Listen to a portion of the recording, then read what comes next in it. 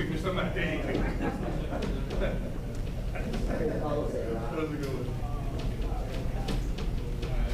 Ready, Carlos? Just tell them ready. One more gentleman down here.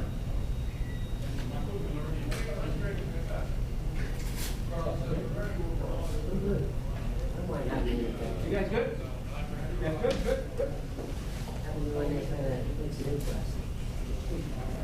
Anybody else want anything? What's that? Good?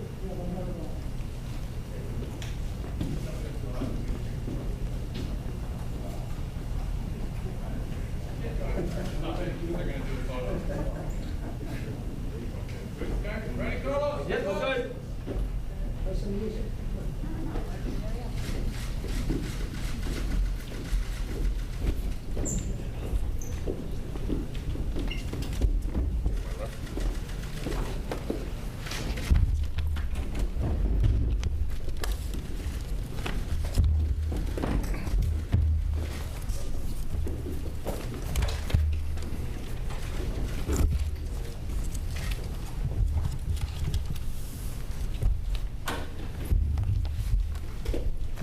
Ready?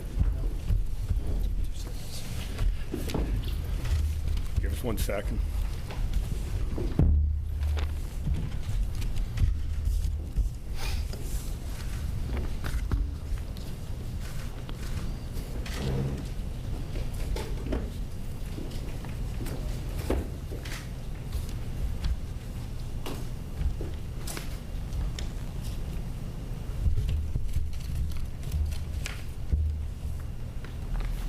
Ready to go? Ready to go? All right. Good afternoon, everyone. We're here this afternoon on the heels of one of the most violent weekends we've had in recent history and one of the most violent Junes we've had in recent history. There is not one reason for the violence that we've seen over this past month. There are many reasons. And it starts with bail reform that began in January of this year. It goes on with the district attorney's reluctance to prosecute quality of life crimes and some city council members who don't want us to deal with quality of life at all. And in March and April, we saw prisoners, many who were convicted criminals and parolees, released from Rikers due to COVID, lowering the Rikers population to half of what it was at this point last year. On top of all this, the courts have been shut down, and many individuals who were indicted by a grand jury on gun charges are not in jail, but instead are free, or waiting for the courts to open up. And hundreds more criminals who have been arrested for possession of a gun have not yet been indicted by a grand jury because the courts are not in session. They too are not behind bars. If these tremendous challenges were not enough, New York City had days and days of anti-police marches that honestly crushed the morale of our cops, and it created a large sense of animosity towards the police. And I'm not speaking about the peaceful protests that took place. This anti-police rhetoric led Commissioner Shea to make a difficult decision to disband our anti-crime teams with our officers' well-being in mind. These were the men and women who went into harm's way daily to take guns off our streets.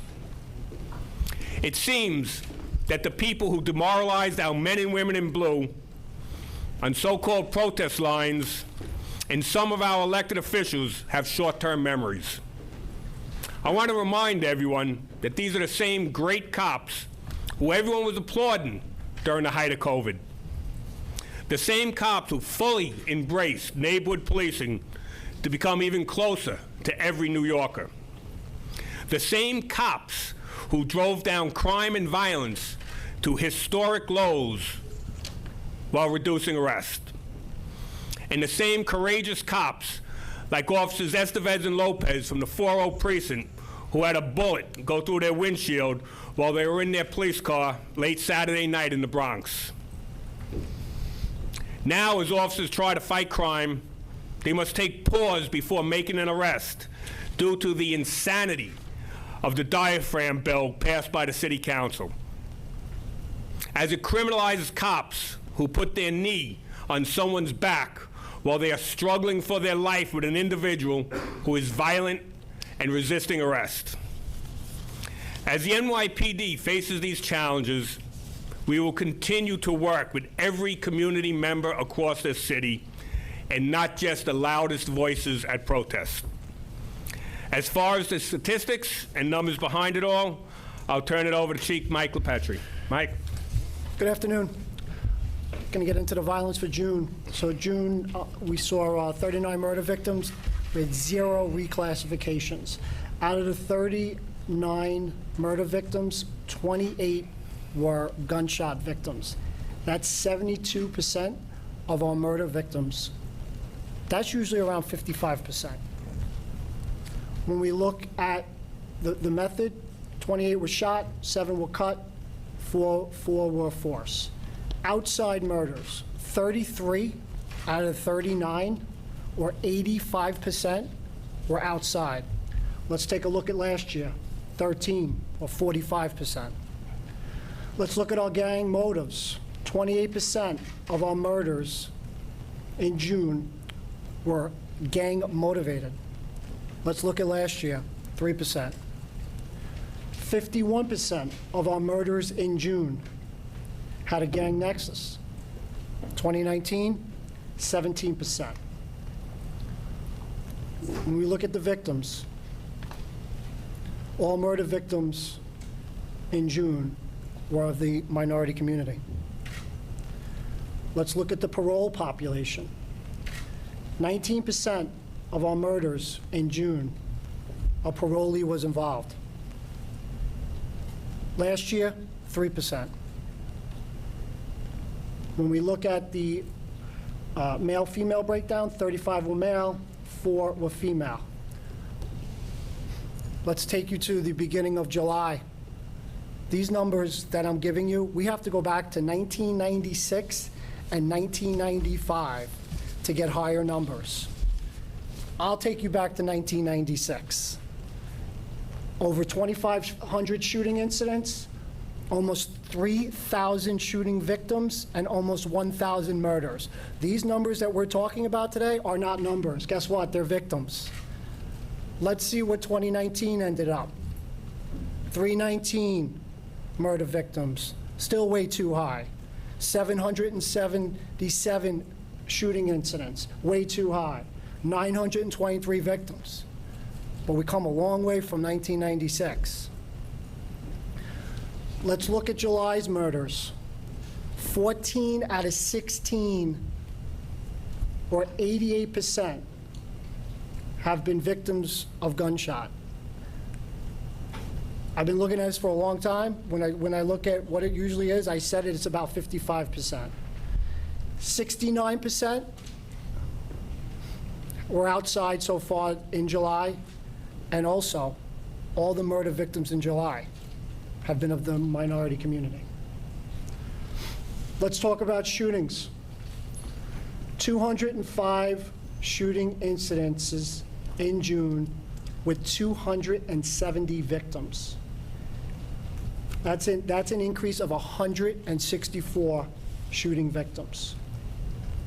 When we look at street shootings, 72% of our shootings happened on a New York City street. When I look back to 2019, the percentage of shooting incidents on the street, 58%.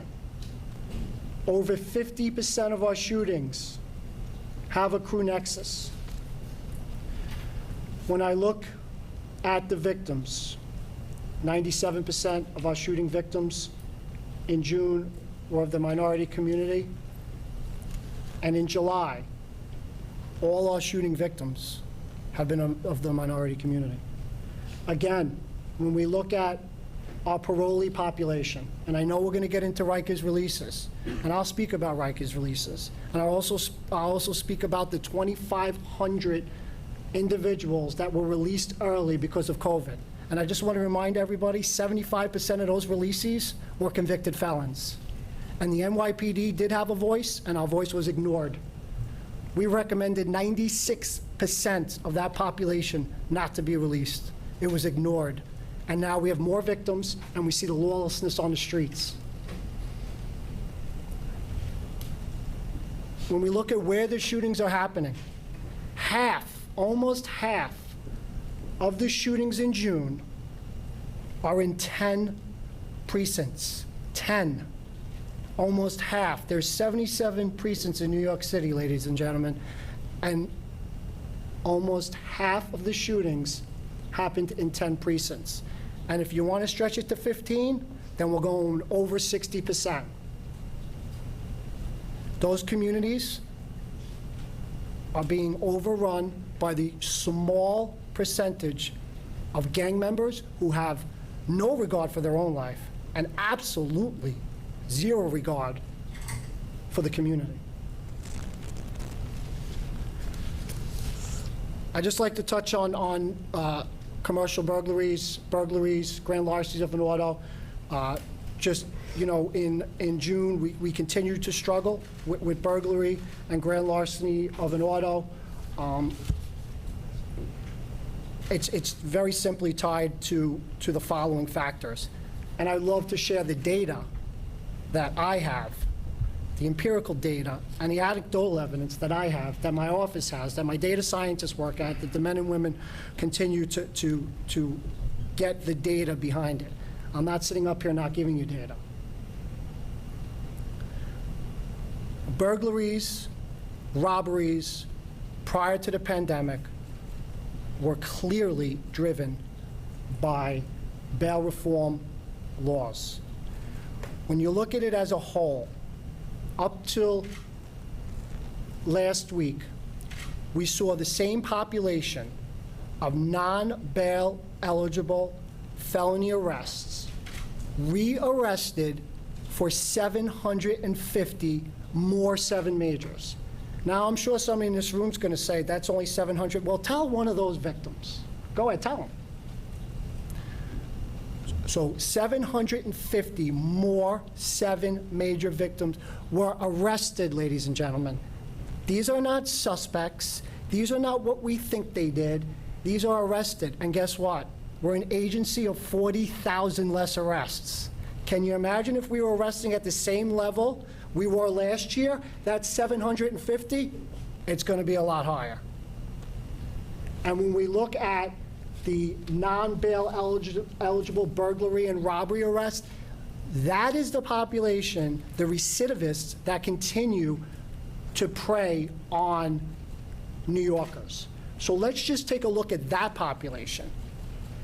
When I look at non-bail eligible burglary and robbery offenses, which is your residential home, now changed, thank God, your robbery, try to walk to the store, try to walk from work, get robbed by an individual, get robbed by a group, still not bail eligible.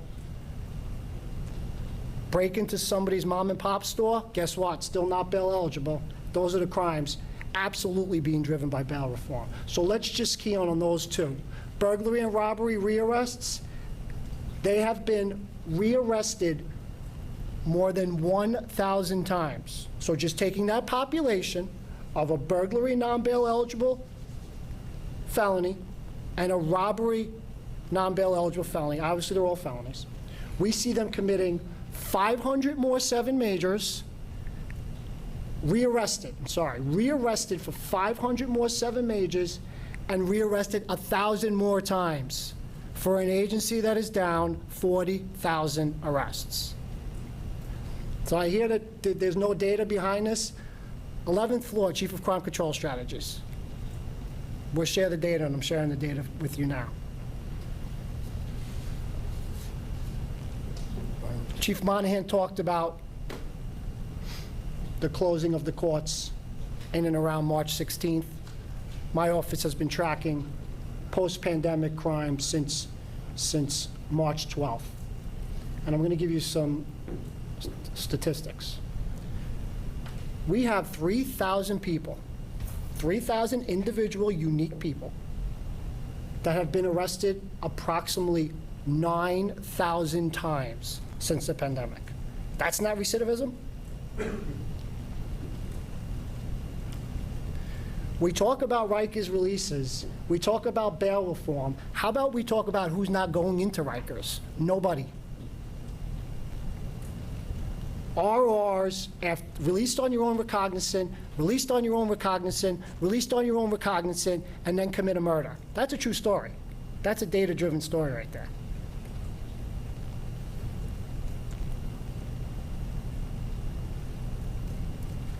And then we talk about gun arrests. And Chief Monahan touched on it, the disbanding of the anti-crime. How about the open 2,000 gun arrests that New York City has since 2019? 2,000. How about the open 1,000 gun indictments? I brought you back to the really, really bad days of New York City. Well, I'm going to bring you back only 6 years from now, talking about gun arrest data. 40% of our gun arrests in 2013 and 2014 ended up with some kind of jail or prison. 2019, disposed cases, 17%. So let me say that again.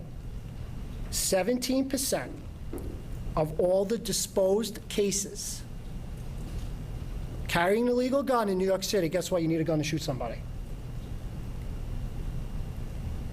We have seen a prison or jail sentence. So everybody wants the easy way is, well, they disbanded the anti-crime. How about the 2,000 open gun indictments that we don't hear about?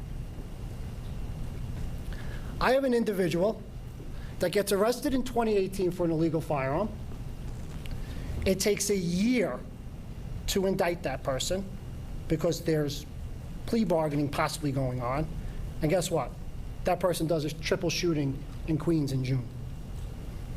And I have more than one story on each one of these.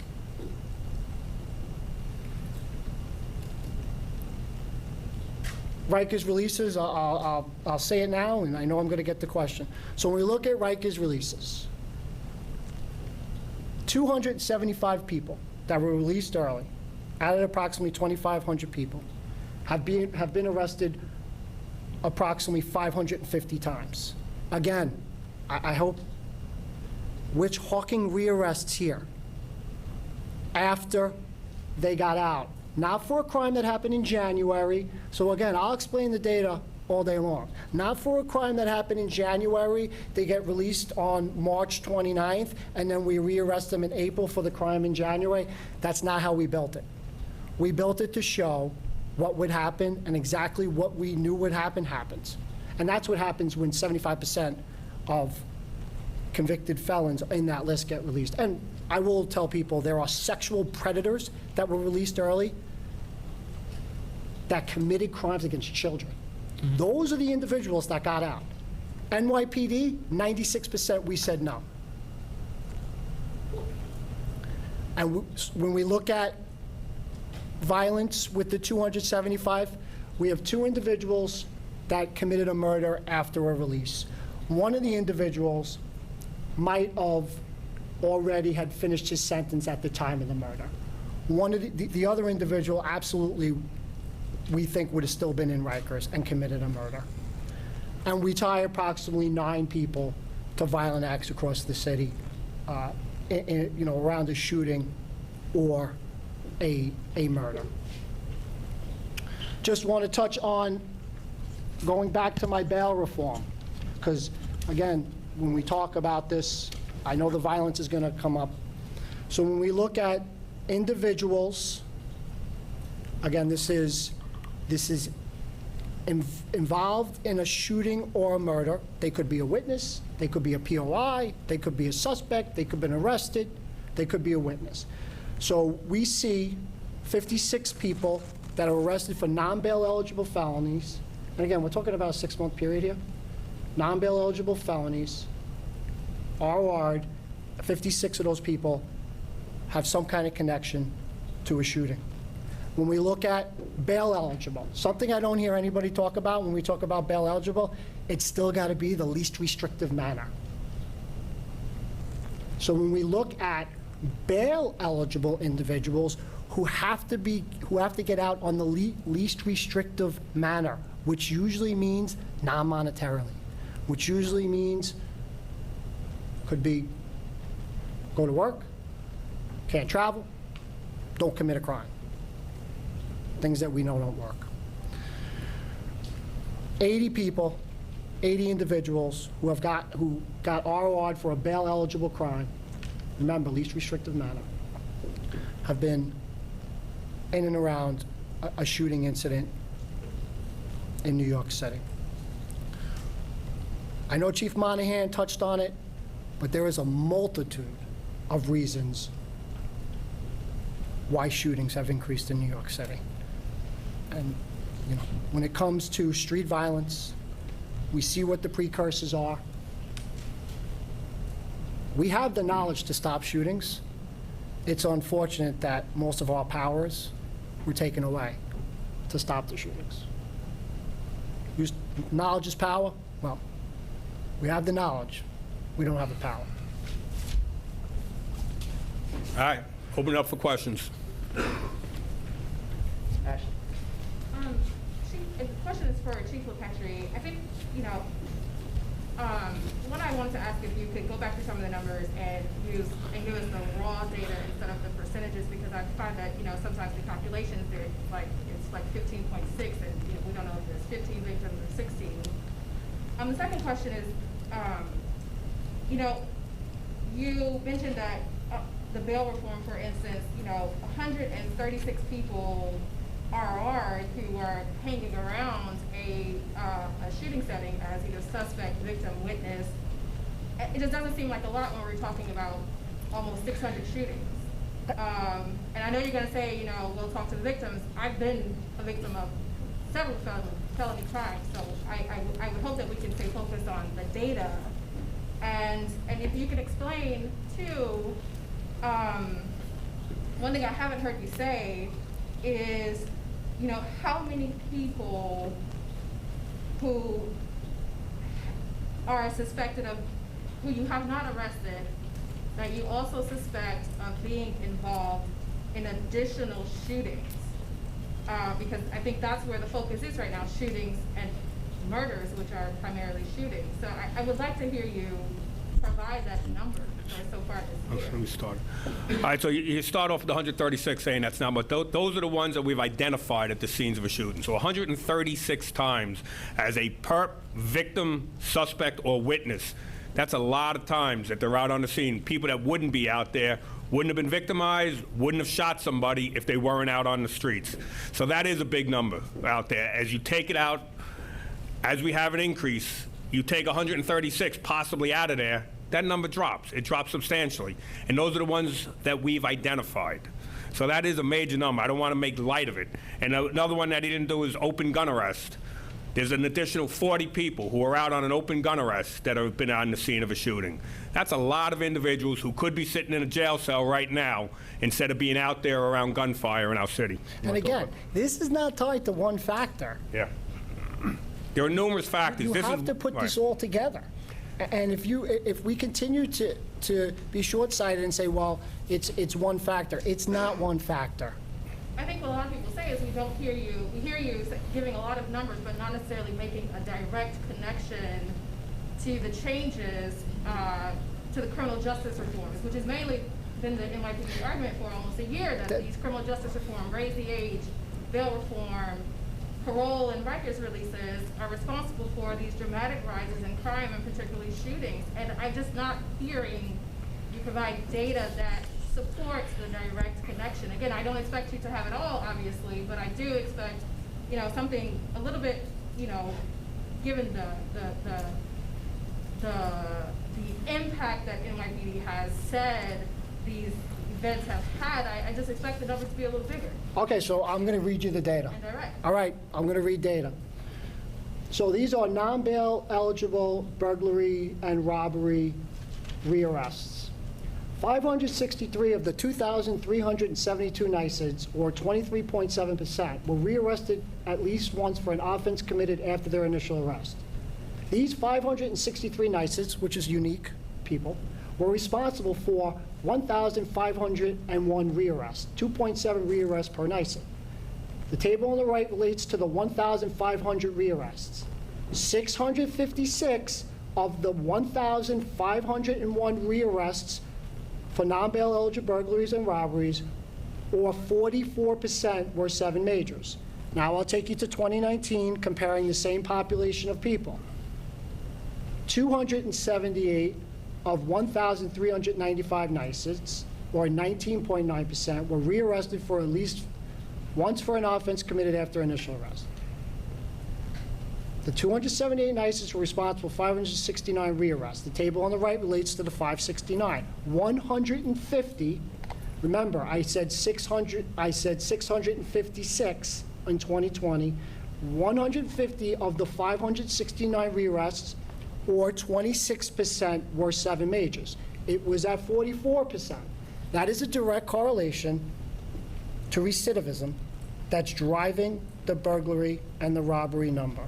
And when you look pre-pandemic, we were an agency that was up approximately 3,007 majors, being driven by robbery, burglary, and grand larceny auto. And since I talked about grand larceny auto, I'll tie bail reform to that too. The New York City Police Department, with the change in the bail law, now gives a desk appearance ticket to somebody who steals possibly a $30,000 motor vehicle in New York City. We give a DAT. They walk out of the precinct station house and they jump into another car that's running to steal. So that doesn't affect not only the person who's the registered owner, but how about the family that needs that car to go to work? I have the data. I will share it to you. I will share with you the data that I have. But again, it is not one factor. There are so many factors that's going on right now. Hey folks, 1 second. One question per person first. We're trying to get to all of you, so one question. Tina. Thanks. I just want to pivot a little bit here. I mean, isn't a lot of this, police officers are afraid to do their jobs, or worried about what could happen to them if they happen to touch somebody in the wrong place? Isn't that a lot of what's happening here? Absolutely. There is a fear going through the police officers right now from the Diaphragm Law. And I call it the Diaphragm Law, not the chokehold law. We have no issue with the first portion of it. It's been banned for years, the idea of restricting someone's airway. Every cop knows that's not something that they should do. But the diaphragm is the idea if you kneel, sit, or stand on someone's back or chest during the course of an arrest, you can be arrested in New York City. And it's only pertains to New York City police officers and peace officers. So if a state trooper does that in New York City, that's fine. But a New York City police officer arresting someone who is violently resisting, who is fighting them, which we're seeing all the time right now, can be arrested for that, which is absolute lunacy. I've spoken to all 5 DAs about it. They believe that it's an ill-conceived bill, but they haven't come out publicly to say it. One of them even said they thought the bill was unconstitutional. Spoke to a lot of city council members about this bill prior to them signing it. They all thought that that portion of the bill was not appropriate, should not have been put in there, but not one of them wanted to be the council member that was seen as watering down a police reform bill. So we as a city are now faced with a bill that Rory Lansman proposed. Rory Lansman, who is in one of the safest and affluent neighborhoods in the city, has signed a bill that is going to affect people in economically deprived areas of the city and have violence because police officers may be hesitant to step forward and grab someone for a quality of life offense if during the course of that the person resists and their knee should accidentally end up on that person's back. Rocco? Chief Monahan, so all of this, in some ways, has been talked about for quite a while now, so what is the police department do going forward? It's only the beginning of the summer. This is a tough summer. We have to look at it. We're looking at ways that we can get more guns off the street. It is quite obvious a lot of people are walking around with guns. So we've been sitting down, myself, Mike, the commissioner, Rodney Harrison, Fausto, trying to come up with a system. How do we get our cops to engage people with guns? And we will, because that's going to be important. We need to get our communities involved. Every community has to step up. We've reached out to them through neighborhood policing. We have relationships on the ground. We need those communities to step up and tell us how they want their neighborhoods policed. Is it okay to have people drinking on your street, smoking marijuana on your street? Or do you need quality of life enforcement out there? What does the community want? I think Governor Cuomo says that quite often. What does the community want? The police need to police the way the community wants. So that's what we're going to do. We're going to reach out to every neighborhood in the city, ask them what they want, and not listen to just the loud voices, but to everyone out there. Come and tell us what you need done in your neighborhoods. We can fix it. We can fix this city. We can get it back. We did it. We drove crime down to historic low levels, but we need cooperation with the people who are sitting afraid to come out of their buildings right now. We need everyone to come forward and work together so we can get this city back.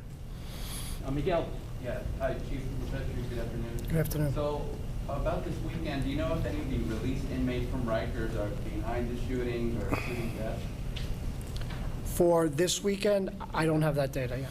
We're still early on in most of the investigations. Obviously, a very busy weekend. Our detectives have been working like crazy, trying to solve it. We've made some arrests on some high-profile cases also recently. So as that data comes in, we'll know. It takes some time to get these arrests. Steve Burns.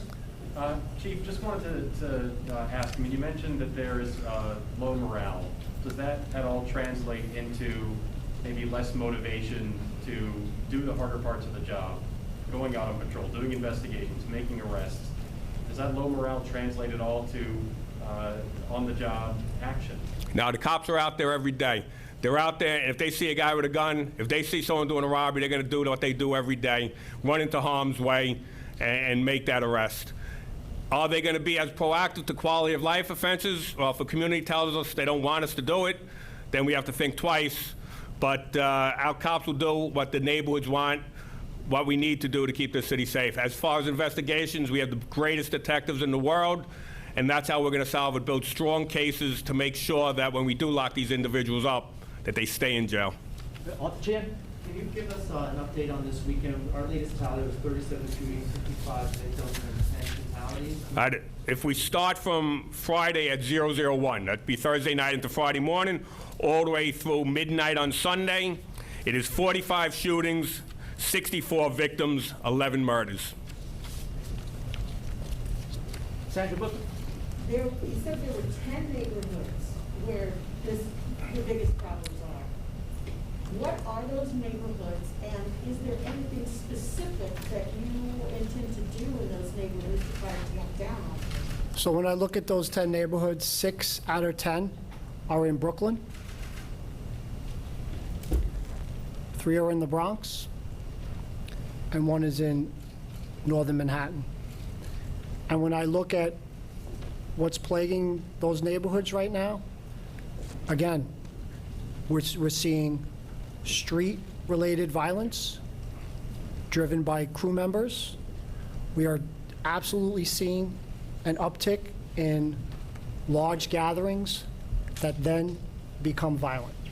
We've also seen an increase, and it's something that we haven't seen in a long time, in drive-by shootings in those same neighborhoods. So again, Chief Monahan spoke about it, about the Diaphragm Law. 10 precincts, 10 out of 77. Almost half the shootings in June were in those precincts. Juliet Pop. So what are you not hearing from city leadership and community leadership, and what do you want to hear from them to address this to their communities or to the city at large? I want them to stand up. First off, you know, the cops in the city have done one hell of a job protecting it. I would like to hear some city officials acknowledge the work that's been done by the members of this department, how they transformed the city after 2014 with neighborhood policing. What other city in the country was able to reduce crime, reduce violence, while reducing arrests, reducing stops, reducing summonses? And not only reduce it by a little, but reduce it by a lot. Able to establish ties within the community. All of this got forgotten once George Floyd was murdered in Minnesota. I need them to acknowledge the work that was done, where we were going as a police agency prior to that, and stand together with us, because it can't be how bad the police are and us over here. We need to work together, because we don't move the city without us the police department, the electeds, and the communities that are behind those doors right now standing together to move forward. So that's what we need. Kevin McCall? You talked about some of your past successes, and I'm hearing both of you say in many ways that you knew some of this was going to happen. So what was the plan? Why didn't it work to see the rise that we're seeing now? If you knew some of these instances were potentials once things got to the summer. We knew, you knew bail reform, and we've been working on it, and changes were made effective this week that'll help somewhat. The violence came after the George Floyd incident. Listen, we've been tied up with cops out on demonstrations every single day. And I'm talking thousands of cops that are out there watching protests throughout the city instead of being in their neighborhoods, policing those streets each and every day, because we need to monitor these protests, make sure that there's no uptick in violence. This all progressed from May 29th, where we were May 29th, up a little bit in shootings for the year, something we were able to address like we always would address.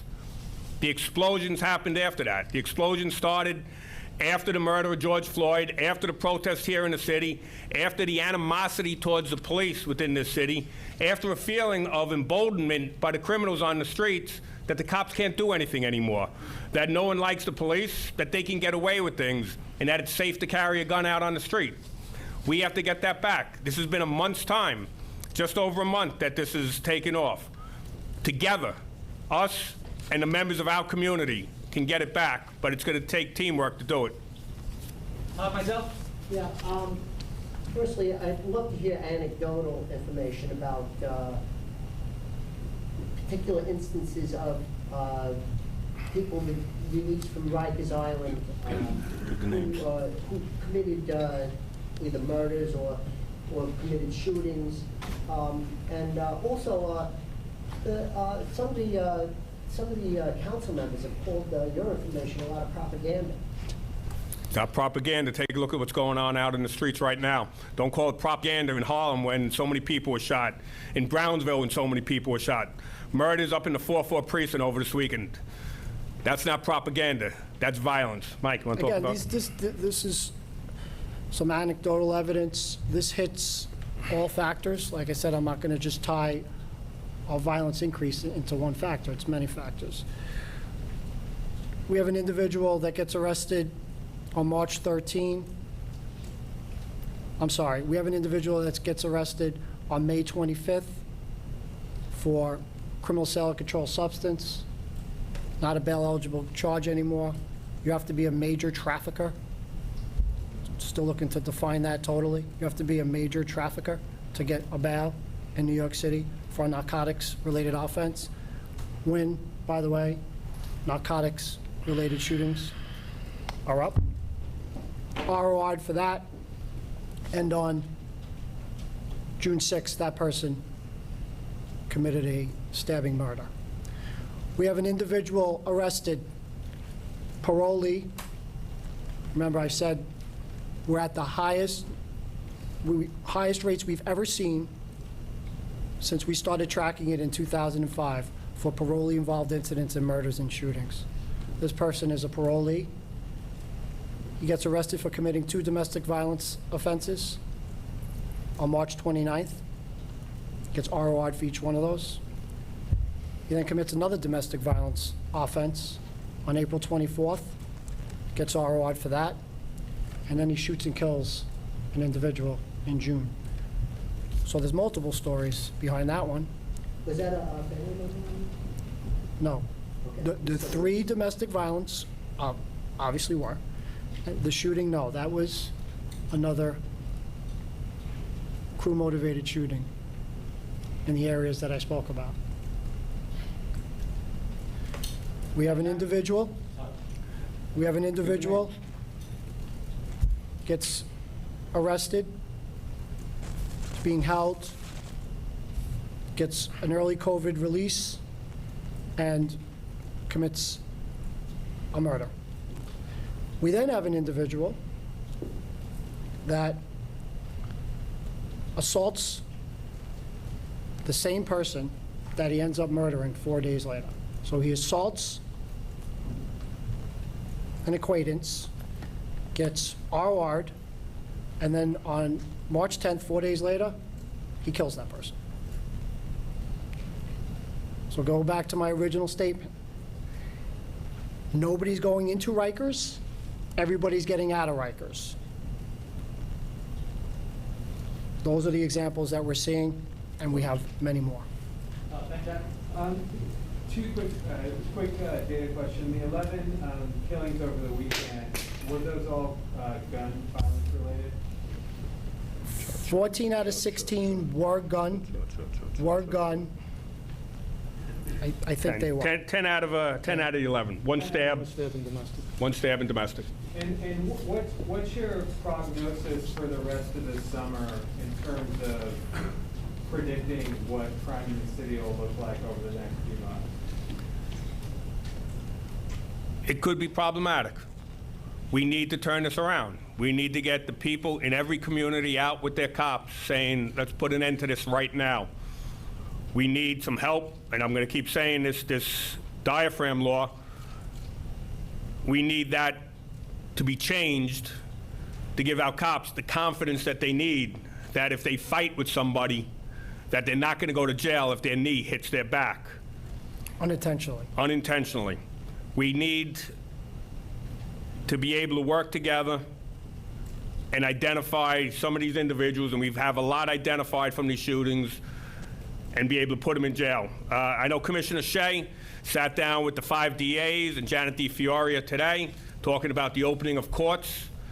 They're saying the earliest that you're going to get a grand jury open is going to be August 10th, which means there are cases that we have where we have identified shooters, they just need to be presented to a grand jury, that are going to have to wait. So it allows those individuals to stay out there even longer. So it could be a problem, but we will make adjustments as necessary and keep this city as safe as we can, working together with our communities. All right, folks, we got time for 2 or 3 more. Chris? Yeah. Talked about a lot of different factors playing into the spikes in crime this summer. It seems like the biggest difference between 2019 and this year is the pandemic, right? The record unemployment, joblessness, the fact that schools were closed for months, tens of thousands of New Yorkers were dead and were sitting. Are you factoring that into these crime numbers, the difference between 2019 and 2020? You mentioned that a lot of shootings are outdoors now.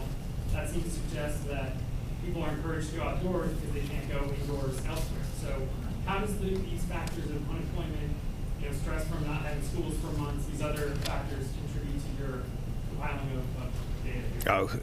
2020's got a lot different than 2019. We take in the George Floyd protest on top of the pandemic. I mean, Commissioner Shea keeps saying the perfect storm, and that's exactly what this was.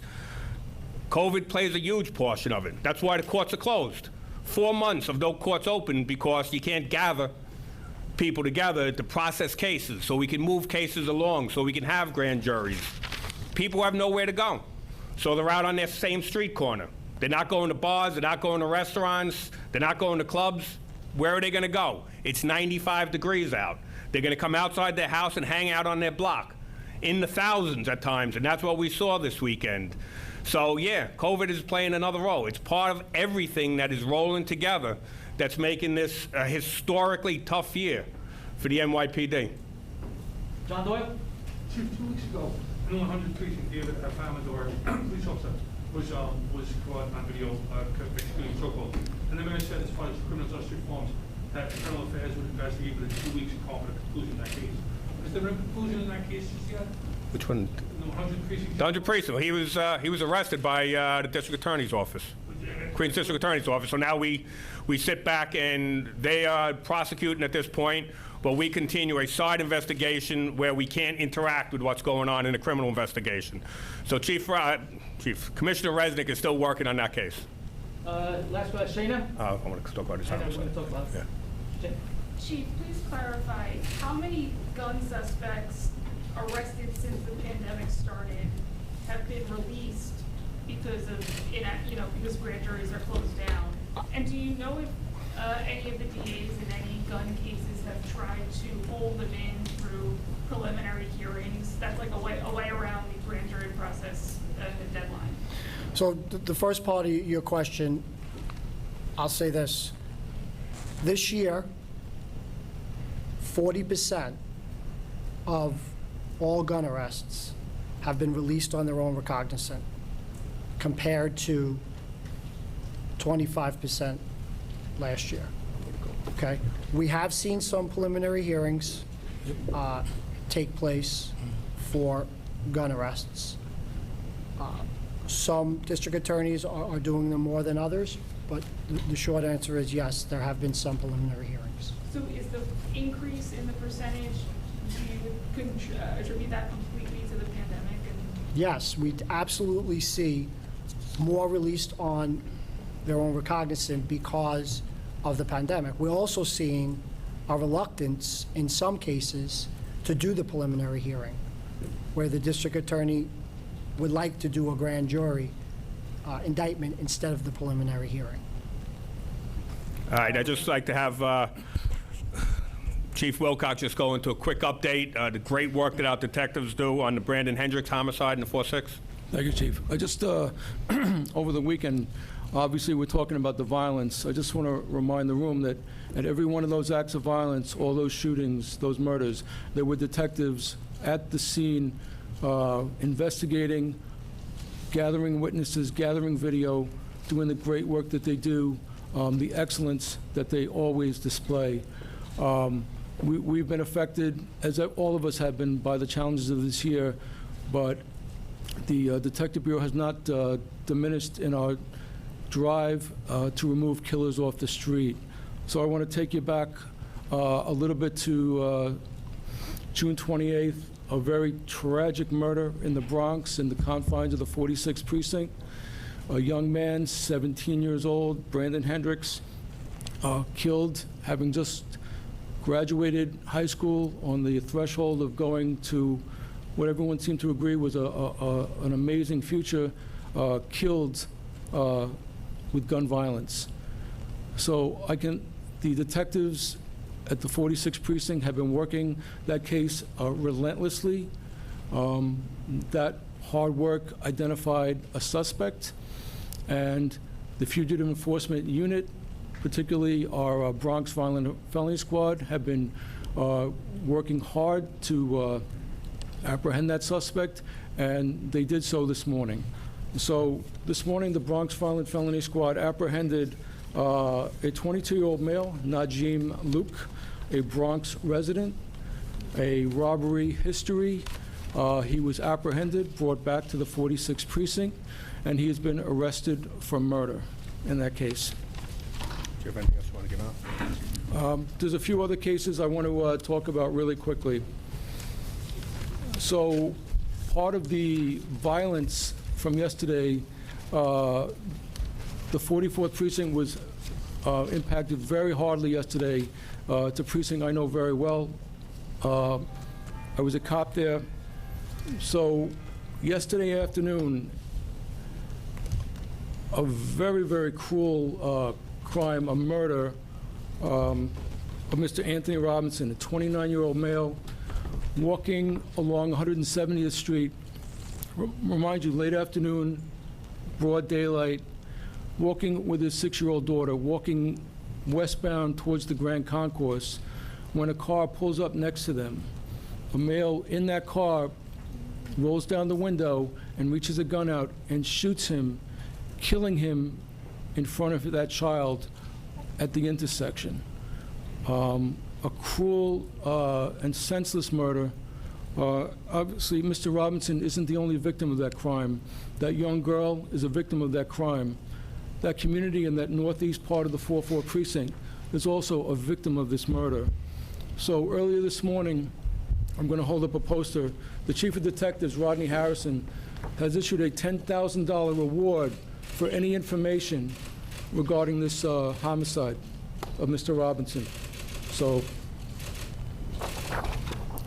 one other case I want to bring to your attention, another vicious murder, and I'm going to take you over to Brooklyn now. Again, broad daylight, 2 people sitting in front of their building along Van Sicklen Avenue when they are gunned down by a male, a violent male with a violent history, armed with an assault rifle, who guns them down in cold blood, killing them.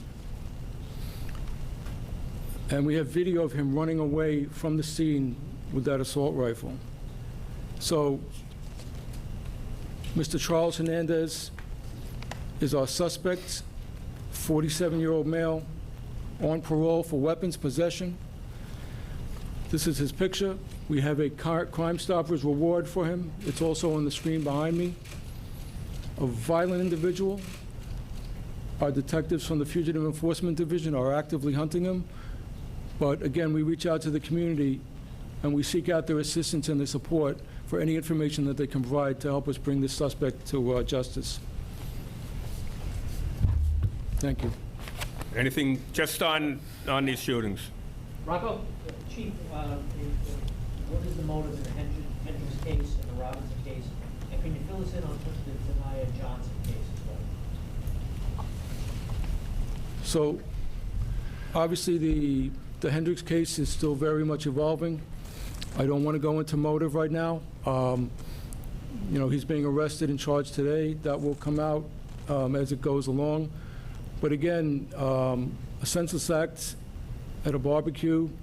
Mr. Hendricks, a young man, comes to seek to see friends at a barbecue on Davidson Avenue and is killed for that. Again, the motive regarding the double murder in the 7-5,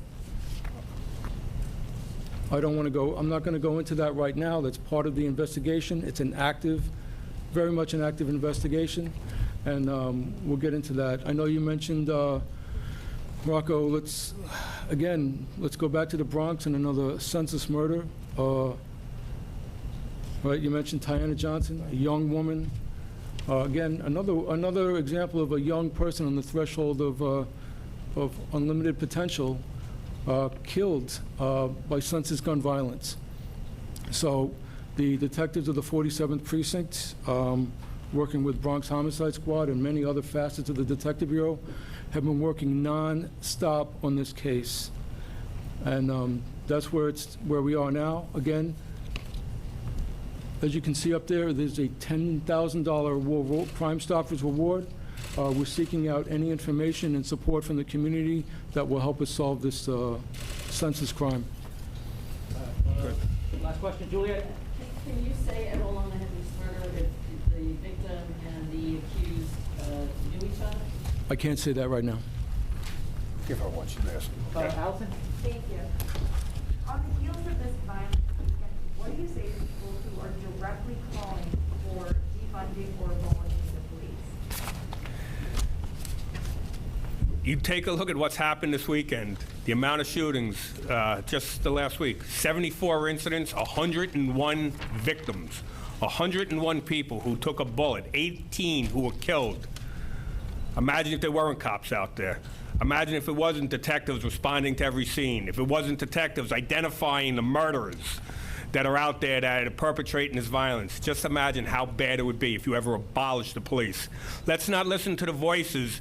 If you walk across the street at City Hall Park over there and take a look on the street, you see the communist hammer and sickle that they painted out on the street.